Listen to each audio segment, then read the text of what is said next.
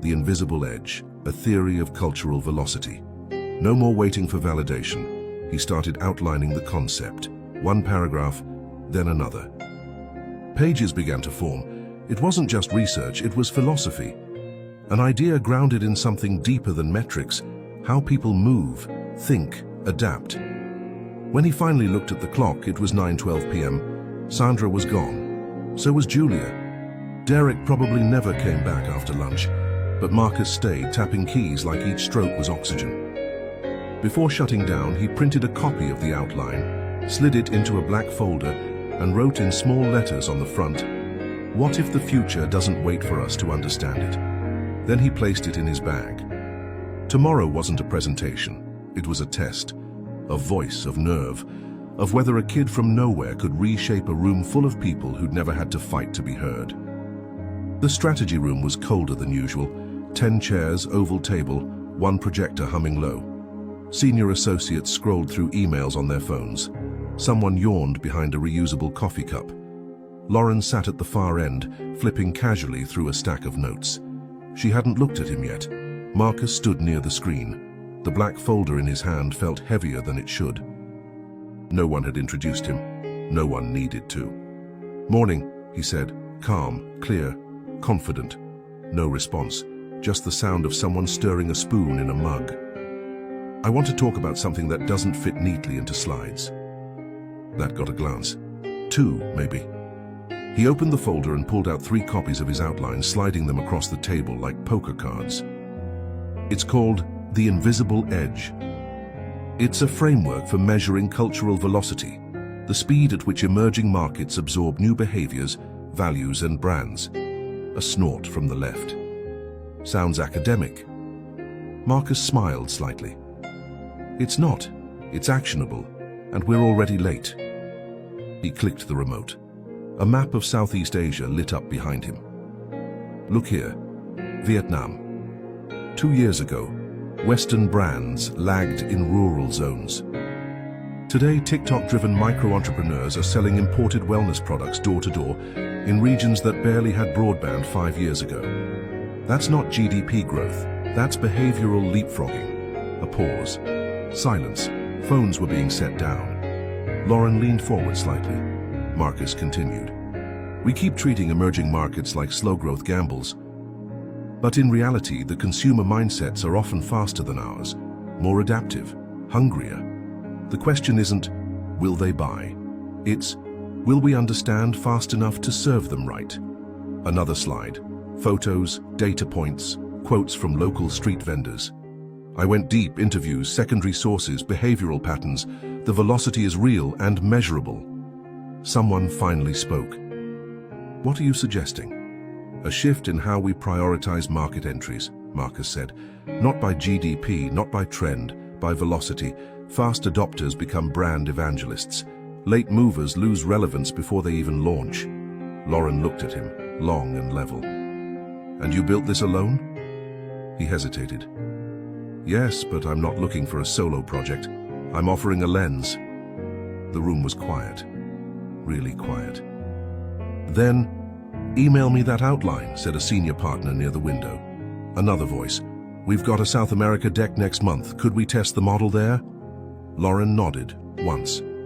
Stay after. And just like that, the meeting moved on. To budgets, to deadlines, to other voices. But the room had shifted. Afterward, as everyone filed out, Lauren stayed behind. She looked at Marcus. You didn't pitch an idea, you framed a movement. Marcus held her gaze. That's what I've been trying to do all along. She handed him her card. You'll be hearing from me. As he stepped into the hallway, Marcus felt it. The floor hadn't changed, but he had. For the first time, the building didn't feel too big for him, it felt just right. 3 weeks later, Marcus stood outside Conference Room D, smaller than the others, quieter, but the one where real decisions were shaped. No agenda was emailed. No invite list was public. It wasn't about visibility, it was about value. He checked his reflection in the glass, sharp suit, calm eyes, and that same quiet fire he'd carried from the gym mirror to the boardroom. Only now it was burning brighter. Lauren walked by and nodded. "Take the seat by the window," she said, "not too close to the head." He stepped inside. The room smelled of old wood and newer ambition. 8 people sat around the oval table, no nameplates, no titles. Just notepads, pens, and one open silence waiting to be filled with something that mattered. When the meeting began, no one asked Marcus to speak. So he didn't. Not at first. He listened, absorbed, measured. Because being in the room wasn't the end game. It was a beginning. And beginnings deserved respect. When the conversation turned to Latin America expansion, a few fumbled assumptions emerged. Old models, outdated narratives. Lauren looked toward him. Not directly, just toward. Marcus leaned forward. "May I?" A subtle nod. He spoke, low, firm, measured. "The framework we used for Vietnam applies here too, but with one difference. Trust velocity is lower in the Latin American urban core. You'll need more than price and trend. You'll need local affiliation. Build brand equity from the community up, not down." A pause. One partner tapped his pen twice. Another adjusted her glasses. Lauren asked, "And you have a structure for this?" Marcus pulled out a page, 2 diagrams, 3 bullet points. "Yes, I call it brand gravity. How ideas stick based on cultural relevance, not just aspiration." Another silence. The right kind. Then a voice from the end of the table. "Why isn't this part of our standard toolkit yet, Lauren?" "That's why he's here." The room nodded, not in approval, but recognition. Marcus didn't smile, didn't shift in his seat. He wasn't surprised. He was ready. After the meeting, as people filtered out, one of the senior partners stopped beside him. "I don't know," she said. "You don't sound like someone just a year into this place." Marcus shrugged. "Maybe I've just been listening longer." That night, back at his apartment, he opened his laptop. No emails, no alerts. Just the soft hum of a city still awake. He opened a blank document, titled "What Comes After Arrival." Because he understood something now. Something deeper than winning approval or earning titles. You never really arrive. You continue. Every day you show up. You ask better questions. You raise the bar for yourself. You leave behind the version of you that waited for someone else to hand you permission. He leaned back in his chair. No applause, no spotlight, just purpose. And the quiet knowledge that he didn't act as if he was the best. He acted as if he belonged, until no one could argue otherwise.